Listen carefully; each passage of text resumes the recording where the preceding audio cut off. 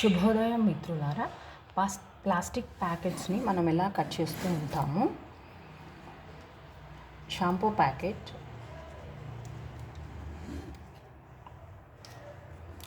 Any milk powder packet,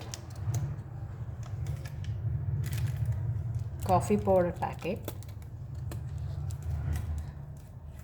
ఇలా cut చేసి చిన్న చిన్న పీసెస్ని బయట పారేసినప్పుడు వర్షానికి అవి చెరువులో నుండి సముద్రంలోకి వెళ్ళినప్పుడు అక్కడ ఉన్న నీటి జీవరాశికి చాలా ఇబ్బంది పెడతాయి. అవి తిని మరణిస్తూ ఉంటాయి. కాబట్టి ఇలా చిన్న పీసెస్గా కట్ చేయకుండా మనం ప్యాకెట్స్ని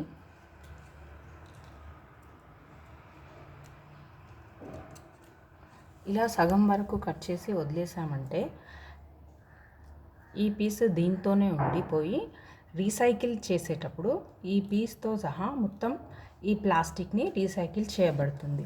కాబట్టి ప్లాస్టిక్ ప్యాకెట్స్ని ఈ విధంగా మనం కట్ చేసుకుంటే పర్యావరణానికి ఎంతో మంచిది.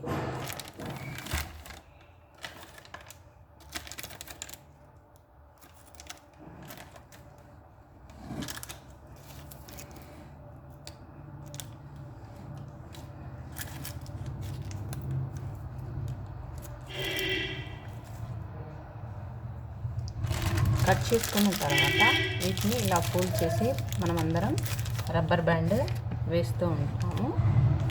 సగం వాడిన తర్వాత కూడా ఇలా రబ్బర్ బ్యాండ్ వేసుకోవచ్చు.